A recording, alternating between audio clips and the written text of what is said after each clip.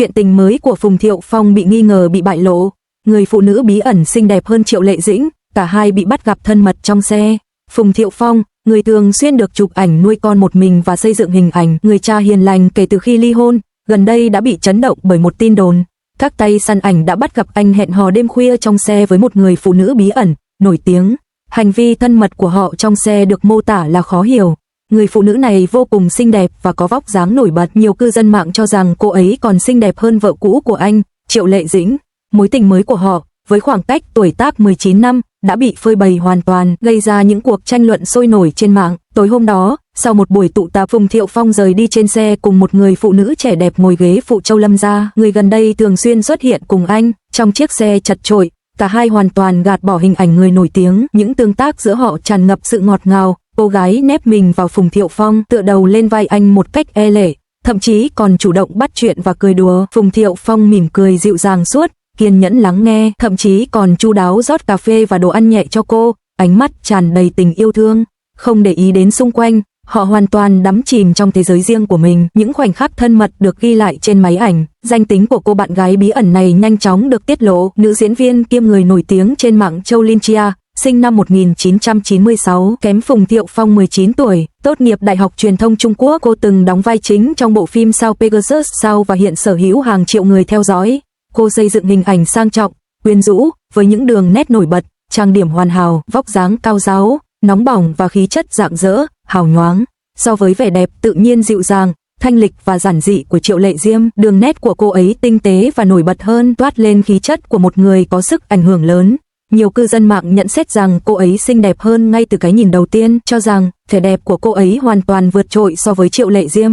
Nhìn lại những mối quan hệ trong quá khứ của Phùng Thiệu Phong, vợ cũ của anh, Triệu Lệ Diêm là một ngôi sao hàng đầu quốc gia, độc lập, mạnh mẽ và cực kỳ tham vọng trong sự nghiệp. Cuộc hôn nhân của họ bị ảnh hưởng bởi những lần ly thân thường xuyên và xung đột tính cách, cuối cùng dẫn đến một cuộc ly hôn đáng tiếc, để lại cậu con trai, Tương Hương. Bạn gái cũ của anh, Nini, cũng là một người đẹp tuyệt trần với khí chất lạnh lùng và tinh tế. Tuy nhiên, bạn gái mới này trẻ trung, quyến rũ và biết cách thể hiện sự yếu đuối và duyên dáng, một kiểu người hoàn toàn khác, hoàn toàn phù hợp với điểm yếu của Phùng Thiệu Phong là những người phụ nữ dịu dàng, nhỏ nhắn. Thực tế, mối quan hệ của họ đã được thể hiện rõ ràng từ lâu. Họ đã được chụp ảnh nắm tay nhau khi đi mua sắm, đi chợ và ăn tối cùng nhau. Phùng Thiệu Phong thậm chí còn công khai giới thiệu cô ấy với bạn bè của mình, bao gồm cả Lee Cheating, nhưng cả hai đều liên tục phủ nhận mối quan hệ. Giờ đây, những bức ảnh thân mật của họ trong xe hơi đã xuất hiện, khiến chuyện tình cảm của họ không thể che giấu được nữa. Tin tức này đã gây ra những phản ứng trái chiều từ cư dân mạng. Một số người nói đùa rằng Phùng Thiệu Phong đã bỏ bê bản thân sau khi ly hôn, thích những gương mặt trẻ, nổi tiếng trên mạng. Gu thẩm mỹ của anh ấy đã thay đổi đáng kể và bạn gái mới của anh ấy tươi sáng, xinh đẹp, thậm chí còn giỏi làm hài lòng đàn ông hơn cả Triệu Lệ Dĩnh. Những người khác chỉ trích người phụ nữ này có vẻ ngoài quá nổi tiếng trên mạng, quá trau chuốt nhưng thiếu sức hút và khác xa với khí chất mạnh mẽ của nữ chính Triệu Lệ Dĩnh. Vẫn có người nhắc lại những tranh cãi trước đây của Phùng Thiệu Phong về việc bỏ bê con cái và bị chế giễu là không đủ tư cách làm cha, thẳng thắn nói rằng anh ta bận rộn với mối quan hệ của mình mà bỏ bê con trai, tạo ra một sự tương phản rõ rệt. Giờ đây, mối quan hệ mới của Phùng Thiệu Phong về cơ bản đã được xác nhận. Một bên là Triệu Lệ Dĩnh, người có sự nghiệp đang thăng tiến và đang tự mình nuôi dạy con cái một cách chín chắn. Bên kia là Phong Thượng Phong, đang say đắm trong mối quan hệ mới và thường xuyên bị chụp ảnh hẹn hò. Hai người đã bắt đầu những con đường cuộc sống hoàn toàn khác nhau. Tuy nhiên, liệu mối quan hệ chênh lệch tuổi tác 19 năm này có thể bền vững hay không vẫn còn là điều chưa chắc chắn. Sáng hôm đó, lúc 10 giờ, hai thông báo ly hôn xuất hiện gần như cùng lúc. Vô số người xem đã bị sốc, 3 năm hôn nhân kết thúc lặng lẽ, không có những lời công kích hay cáo buộc lẫn nhau. Nhiều người lúc đó chắc chắn rằng Triệu Lệ Dĩnh sẽ vươn lên tầm cao mới, trong khi Phùng Thiệu Phong có thể sẽ dần chìm vào quên lãng trong làng giải trí. Nhiều năm sau, anh ấy đã, bằng một cách cực kỳ tiết chế, thậm chí có phần vụng về, trở thành một trong những nam diễn viên trung niên bền bỉ nhất của làng giải trí Trung Quốc. Thông báo ly hôn chính thức khi đó đã tạo ra dư luận gần như nhất trí, một sự thật mà nhiều người vẫn còn nhớ. Trên mạng xã hội, đã có hơn 3 triệu cuộc thảo luận liên quan với chủ đề thu hút hàng tỷ lượt xem. Một số người thẳng thắn tuyên bố việc Triệu Lệ Dĩnh ly hôn đã hoàn toàn giải phóng cô ấy khỏi câu chuyện hôn nhân. Mặt khác, nhiều người gán cho Phong Thược những lời cáo buộc khó chịu như kẻ đào mỏ, thiếu tham vọng và dựa dẫm vào danh tiếng của vợ.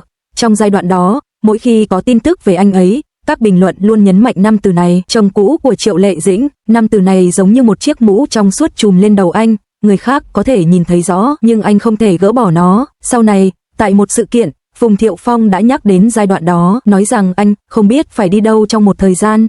Anh bắt đầu sụt cân rõ rệt, trông có vẻ gầy gò trong các bức ảnh ở sân bay. Điều thú vị là, trong khi dư luận đang bàn tán sôi nổi về sự sa sút của anh lại làm một điều có vẻ khá thiếu khôn ngoan, hoàn toàn rút lui khỏi ánh hào quang. Trong 2 hoặc 3 năm đó, anh không tham gia các chương trình giải trí nổi tiếng, cũng không xuất hiện trên các chương trình trò chuyện mà một cuộc trò chuyện bình thường cũng có thể dễ dàng trở thành xu hướng trên mạng xã hội.